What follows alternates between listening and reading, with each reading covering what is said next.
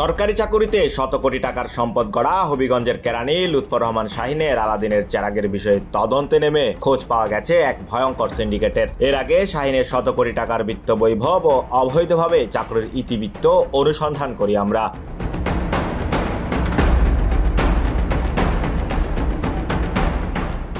সেই অনুসন্ধান শেষ হওয়ার আগেই আমাদের কাছে খবর আসে বদলির ক্ষেত্রে এক ভয়ঙ্কর সিন্ডিকেট করে হবিগঞ্জ জেলার কর্মচারীদের নিয়োগ বদলি পদায়ন সবই একচ্ছত্রভাবে নিয়ন্ত্রণ করেন শাহিন। ভয়ঙ্কর এই সিন্ডিকেটের শিকড় ছড়িয়ে আছে সাব রেজিস্ট্রার অফিস থেকে নিবন্ধন অধিদপ্তর এমনকি আইন মন্ত্রণালয় পর্যন্ত।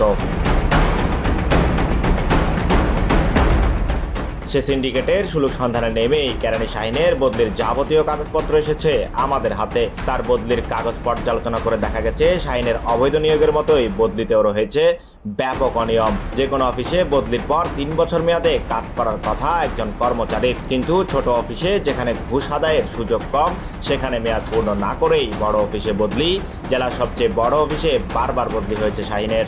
একই উপজেলায় একজন কর্মচারীকে 2 বার বদলির নজির না থাকলেও মাধবপুর উপজেলার চারাভাঙ্গা সাব রেজিস্ট্রার অফিসে 2016 থেকে 2018 এবং 2019 থেকে 2022 পর্যন্ত 2 মেয়াদে 6 বছর চাকরি করেছেন শাহিন। আর বিধি বহির্ভূত এসব বদলির আবেদনের লিখিত ও মৌখিক সুপারিশ ছিল আওয়ামী লীগের এমপি এনামুল হক, মোস্তফা শহীদ সহ বিভিন্ন আওয়ামী লীগ নেতার। বদলিতে অবৈধ সুবিধা পেতে নিজেও সেজেছিলেন কট্টর আওয়ামী লীগার।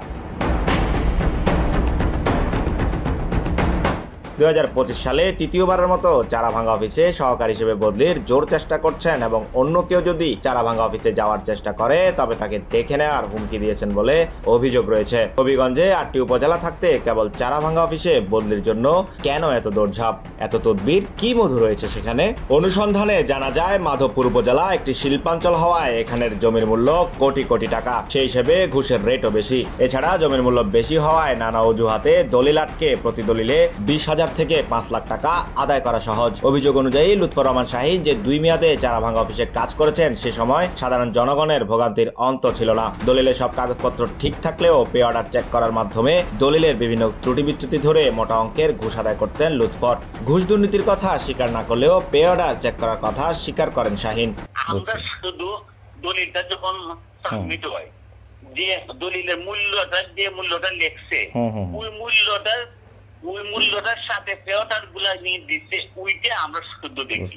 অথচ রেজিস্ট্রেশন ম্যানুয়াল অনুযায়ী অফিস সহকারীর দলিল চেক করার কোনো এখতিয়ার নেই। সাধারণ মানুষকে হয়রানি করলেও তার সক্ষতা রয়েছে চারাভাঙ্গার জালিয়াত চক্র ও ভূমিদস্যুদের সাথে। তাদের সাথে মিলে দলিলের শ্রেণী পরিবর্তন, মূল্য কম দেখিয়ে সরকারি রাজস্ব আত্মসাৎ, সরকারি খাস জমি রেজিস্ট্রি, ভুয়া দাতা ও জাল কাগজপত্র দিয়ে দলিল রেজিস্ট্রি, দলিল ও বালামে ঘষা মাজা, রেকর্ড রুম থেকে বালামের পৃষ্ঠা ছেঁড়া সহ হেন অপকর্ম নেই যা শাহিন করেননি। কথিত আছে তার 2 মেয়াদে প্রতি সন্ধ্যায় বস্তা ভরে টাকা নিয়ে গেছেন চারাভাঙ্গা অফিস থেকে। আর এই ঘুষের কালো টাকায় নিজ এলাকায় অর্জন করেছেন শত কোটি টাকা সম্পদ। তার চাকরিকালীন সময়ের দলিলগুলো যাচাই করলে শত কোটি টাকার রাজস্ব ফাঁকি ও অনিয়ম উদ্ঘাটিত হবে বলে লেখকরা আশঙ্কা করেন। কেবল অবৈধ বদলি নিয়ে সন্তুষ্ট থাকেননি এই কেরানি। জেলার স্থায়ী কর্মচারীদের নিয়োগ বদলি সবকিছুতেই একচ্ছত্র দালালি করেন ঘুষের বিনিময়ে। তাকে ছাড়া যারা বদলি পদায়ন ইত্যাদির চেষ্টা করেন তাদের আজমেরীগঞ্জ উপজেলার জলসুকা অফিসের মতো দুর্গম দূরবর্তী অফিসে বদলি করান, অথচ নিজে একবারও এই অফিসে বদলি হননি। আর তার খেয়াল খুশি মতো বদলি পদায়ন না হলে জেলা রেজিস্ট্রার অফিস অচল করার হুমকি দিয়ে তাদেরও কোণঠাসা করে রাখেন। এভাবেই দুধারী তলোয়ারের মতোই শাহিন ঊর্ধ্বতন কর্তৃপক্ষ ও সহকর্মীদের জিম্মি করে নিয়োগ বদলির সিন্ডিকেট করে শত কোটি টাকার মালিক হয়েছেন। 2013 সাল থেকে 2024 সাল অবধি যে নিয়োগ বদলি হয়েছে সবগুলোতে শাহিন মোটা অঙ্কের ঘুষ আদায় করেছেন। 2022 সালে তার সিন্ডিকেটকে প্রাতিষ্ঠানিক পদ দেওয়ার জন্য সম্ভাবনা দুর্নীতিবাজ কর্মচারীদের নিয়ে গড়েছেন Bangladesh registration employees association Habiganj. শাহিনের বদলি পদায়নের সকল অনিয়ম ও সিন্ডিকেট প্রসঙ্গে হবিগঞ্জ জেলা রেজিস্ট্রার রফিকুল কাদির বলেন, অভিযোগ পেলে অবশ্যই ব্যবস্থা নেওয়া হবে। এটা উনি তখনকার অফিসার কিভাবে করছে সেটা উনি উত্তর দিতে পারবেন। আমি আসছি এখানে 2 মাস হয়, সেটা যদি ওনার অফিসারের এটা যদি মনে করেন যে ওখানে কিভাবে যোগ্যতা পাবে সেটা ডিসি কোন আইনি করছে উনি ভালো বলতে পারবেন। এখন কোথায় দৌড় প্রতিষ্ঠা তো জানি না ভাই, আমি তার যদি ক্ষমতা থাকে সে করবে না, সেটা তার উপরে সেটা কখনোই তার কোনো না। এটা কাকু যদি দিয়ে থাকে সেটা আমার কাছে এখন সেরকম আসেনি, কোনো শুনিনি আমি। যদি দিয়ে থাকে, যদি আমার কাছে আসে সেটা তখন আমরা দেখবো।